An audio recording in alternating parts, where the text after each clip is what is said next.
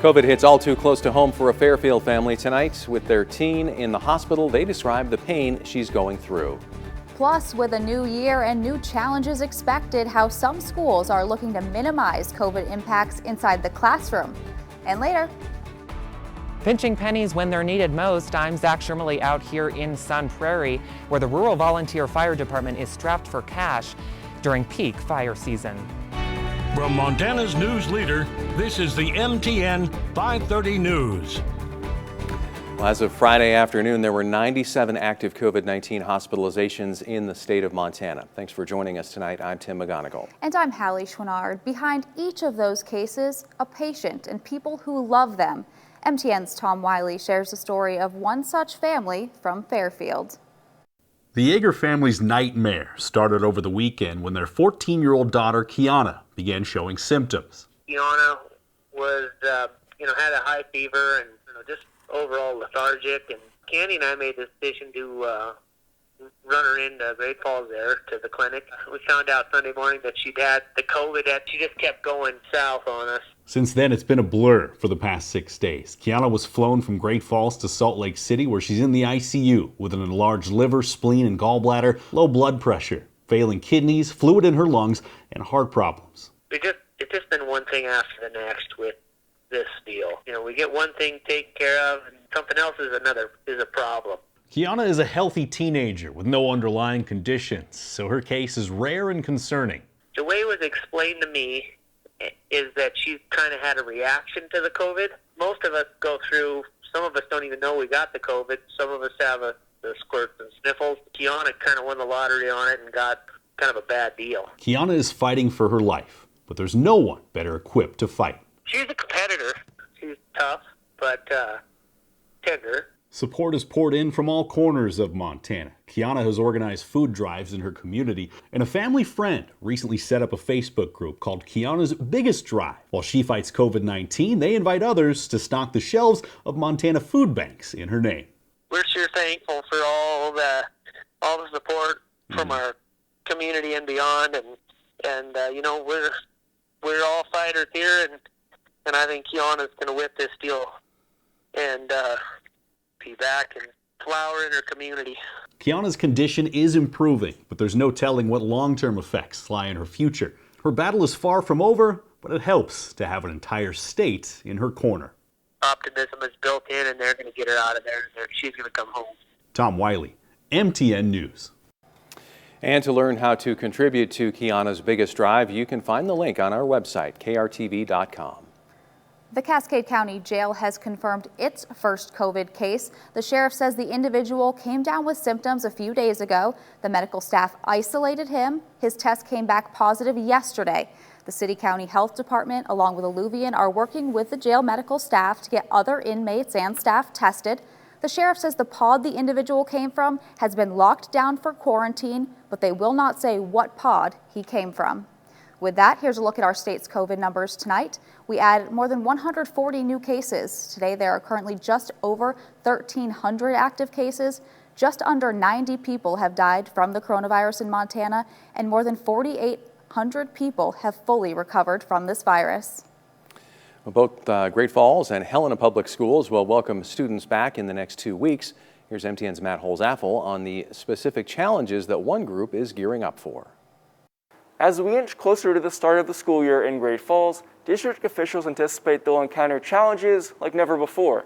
Though there's one group that will face additional challenges, including some that they've been dealing with since before the pandemic.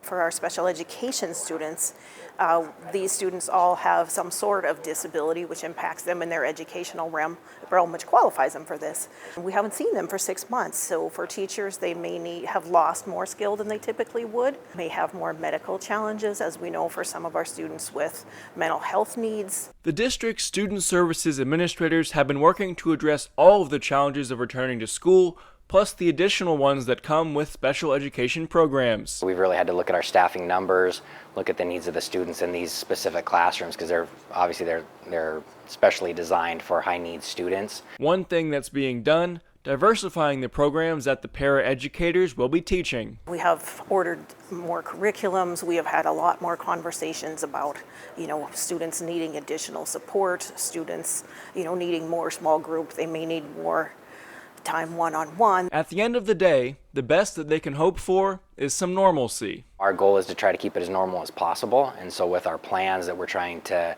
be proactive with, we're trying to provide something that's consistent for them, that's predictable, that they can walk into the school amidst all the change and still have that feeling of, I've been here before, this is what I've done. Back in November, I spoke with Dale Lambert, the Student Services Director for the Great Falls Public Schools District. Now, Dale has since retired from that position. Congratulations, Dale. But his message remains the same. There's a lack of paraprofessionals in the Great Falls Public Schools District. There's over 970 students in these special ed programs, but only 160 teachers, staff, nurses, people that make these programs run. In fact, there's still currently 15 openings the district is looking to fill. In Great Falls, Matt Holzaffel, MTN News. The district will also be addressing needs and challenges on an individual basis and talking with parents to see what they think their students' biggest needs are. Well, another hot, dry day across the region, and fire conditions will continue into the weekend. Here's Elizabeth Copeland with a first look at your forecast. Good afternoon to you. A little different out there today than it was this time yesterday. We were dealing with some severe storms that have now moved out as of last night, really leaving us with dry conditions and some blue sky out there over Opportunity Bank ICAM in the capital city. Just a few clouds around, none of those producing rain. And we're going to see some really dry air continue to fill in over our area this weekend. So we'll see a lot of the blue skies. We're also going to see a shift in wind, bringing in some wildfire smoke from the west. So some pretty heavy wildfire smoke filling in the skies, especially across parts of the Highline like Cut Bank and Havre this evening, even seeing some of that trickle down into Great Falls and Helena as well. So just because the wildfire smoke map has the heavy wildfire smoke across the Highline doesn't mean we won't be seeing it on the horizon, especially in Great Falls and the northeast corner even. So our air quality has taken a dive as well because of that smoke from other states. We're at moderate for parts of the Highline where that heavy wildfire smoke is, but we continue tracking those blue skies coming up here shortly. It is peak fire season here in Montana, which means volunteer fire departments are staying busy, but many of them rely on donations to stay afloat. As MTN's Zach Shermley explains, the pandemic has forced many to cut costs. With the pandemic, a lot has changed in Cascade County, but one thing Montanans can always count on: fire season. Cascade County Commissioners approved Stage 1 fire restrictions at a special meeting Friday morning after consulting with the County Fire Council. No fireworks or campfires outside of campsites will be allowed until further notice from the commission. Open burning was already prohibited. I'm not real big on these restrictions, but I think we have to listen to our volunteer fire chiefs. They're the ones who have to deal first and foremost with these. The move comes after a 100-acre grassland fire burned on Bootlegger Trail outside Great Falls last weekend. That could have erupted into something very serious up in that area and spread. It was kind of exciting there for a moment. No major structural damage was reported and no people and livestock were hurt, all thanks to the quick response of a team of volunteer fire departments, many of them from rural areas. The Sun Prairie Rural Volunteer Fire Department, one of many volunteer fire departments fighting the Bootlegger Trail fire this last weekend. Now, it's peak fire season here in Montana, so the hot temperatures, the wind, they're not going to let up. But because of the pandemic, donations to these volunteer fire departments out in rural areas, they're barely trickling in. We're not able to host our in-house or in-hall or community fundraisers where we bring people in. Generally it's either through a spaghetti feed or a pancake supper. Bring people in, feed them, and then make donations that way. We're not able to do that due to the current restrictions that we're under. Normally, rural volunteer fire departments rely on in-person fundraisers, i.e. we've done chili feeds. But the pandemic has made those fundraisers all but impossible. Out here at the Vaughn Volunteer Fire Department, a similar story with donations lagging, new equipment put on hold, and fundraisers rescheduled. We're supposed to do an Indian taco feed this spring, late this spring, and because of COVID, ended up having to cancel it. A lot of those funds go to, some of the niceties of t-shirts, hats, jackets. Sometimes it's a little bit more important with purchasing lights, sirens, hoses. Officials tell MTN News the fire was started by someone shooting tannerite, an explosive rifle target not allowed under the Stage 1 fire restrictions nor the ban on open burning. Certainly we can stop people from being foolish. As wildfires rage and rural fire departments stretch their resources, commissioners urged residents of Cascade County to make good choices when it comes to fire safety. We cannot afford to have man-caused fires. In Great Falls, Zach Shermley, MTN News. If you're wondering how much money a water tender costs and how much donations the Sun Prairie Volunteer Fire Department needs to buy one, you can visit us online. Moving forward, Montana and 44 other states will be expected to pay a quarter of the state's National Guard response to the pandemic. MTN's John Riley has the governor's reaction and how Montana will cover those costs. Since March, the Montana National Guard has been activated for a federal mission to respond to the COVID-19 pandemic. The mission has been fully funded by FEMA under Title 32, but beginning Friday, the federal government wants a 25% copay. Earlier this week, Governor Bullock called the decision unprecedented. All the time that they're on federal missions, that's paid 100% by the federal government. They've said that states will end up paying 25% of the cost of the National Guard, and the federal government will be picking up 75%. Unprecedented when it comes to being on Title 32 orders. The original order from President Trump excluded Texas and Florida from having to pay the 25%. Arizona, California, and Connecticut were added to that list a couple weeks ago. The decision to provide full funding to only select states has raised questions and concerns on how the Trump administration is distributing federal aid during the pandemic. While 4 of the fully funded states are currently some of the worst impacted by COVID, Connecticut only reported 1 more case than Montana on Thursday. Bullock says the National Guard have filled invaluable roles during the pandemic, ones the state can't afford to lose. To the extent that the state does need to pick up 25% of it, though, we'll use those CARES Act dollars because we need to continue to have the men and women of the National Guard providing assistance here. Reporting from Helena, John Riley, MTN News. Coming up, fundraising for the governor's race. We're taking a closer look at where the money is coming from. Stay with us.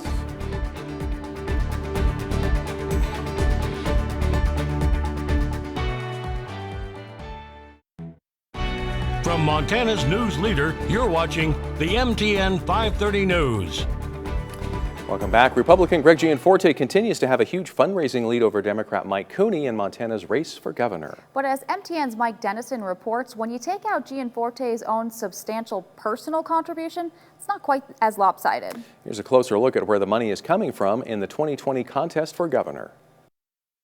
Through last weekend, Greg Gianforte had raised $2.8 million from donors for his gubernatorial campaign. And Democrat Mike Cooney, he's taken in about $1.8 million. Both men are getting plenty of money from fellow Montanans.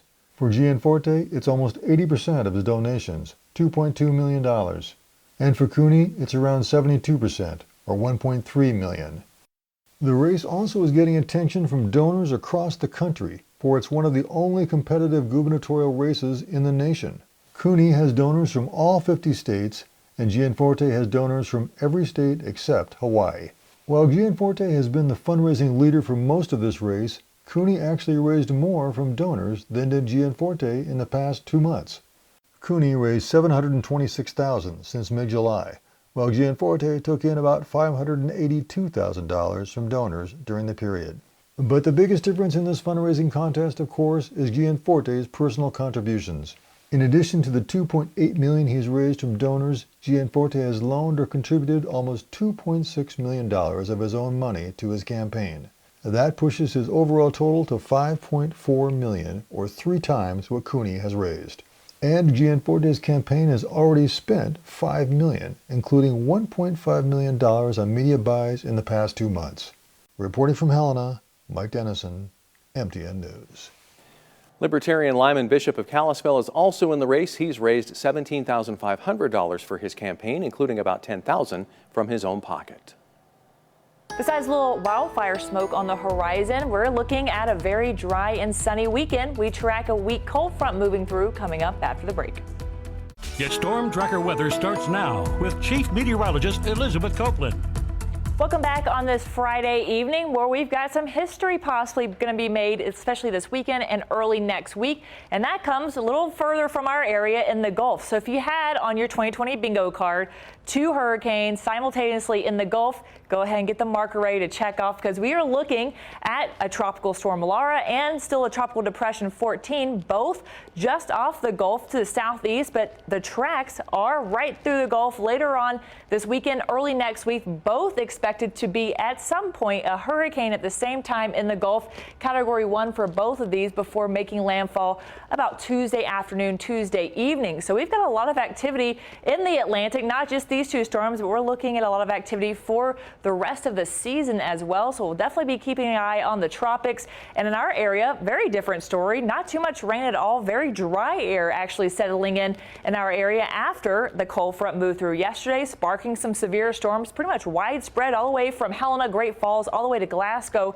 a little later yesterday evening. So that activity has diminished, leaving us mostly dry this afternoon. We're looking at relative humidities down to 20% or lower in most areas, which is very dry air. So that cold front kicked out all of our moisture. Dry air is left in the forecast, and it's going to stick around these next few days as well. So it's 88 right now. Have a blue sky out of our U.S. Bank ICAM in Great Falls, pointing up there, 17-mile-per-hour gusts. That dew point at 38 degrees. That's very low. Again, really reflecting on those low relative humidities that we're seeing out there right now. So we don't have too much rain in the forecast all weekend long. We're looking at mostly clear skies. We do have some clouds that form, again, not pushing really any rain to our forecast, but this is a good indicator of the weak cold front that we're going to have coming through. That weak cold front is going to move through. No rains expected, but there are going to be some changes in the forecast, and one of those comes as wind gusts. So we're looking at high wind on Saturday, about 25 to 35 mile per hour gusts, really closer to Great Falls, and of course that's going to be way higher on the Rocky Mountain front as you get the downsloping wind there. So we've got some really high gusts in the forecast for Saturday as that weak cold front comes through, and that dry air is really going to settle in behind this weak cold front that's going to come on Saturday. So we are looking at more red flag warnings being issued, mostly for the Rocky Mountain front, the northern part of the Rocky Mountain front, Saturday through Saturday afternoon. And all these areas in pink here are looking at relative humidity levels down below 20%, gusts closer to 35, 40 mile per hour, especially closer to Browning and Cut Bank, all the way to Chester. This red flag warning is in effect. So any wildfires that are started on Saturday will spread very quickly because of these very dry and windy conditions. So we keeping an eye on our fire forecast, especially these next few days, as that dry air is going to stick around even through Sunday. We hit the 90s all weekend in Great Falls, besides a little disturbance on Monday as well, kicking up some wind. It's also going to bring a few isolated showers to the forecast. So Monday afternoon we'll hit 95 before the showers move in. Cooler air moves in behind it as we hit the 80s again on Tuesday. Capital City also going to still stay steadily in the 90s all weekend. A little breezy on Saturday for your lake forecast because of that weak cold front. We're going to stay in the 90s on Monday, and our next chances of isolated showers return Monday night, Tuesday, and last through Thursday. Still to come, sports may be a go, but good luck if you want to watch. Details next.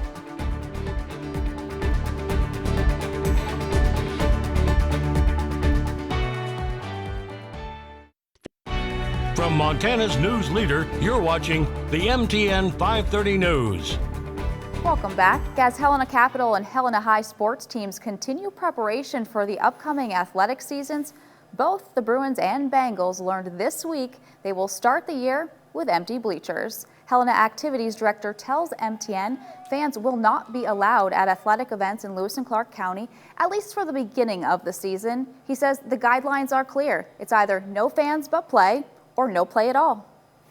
If you're looking to do something with the whole family, the next 2 weeks you can take part in a citywide scavenger hunt with the chance to win some prizes.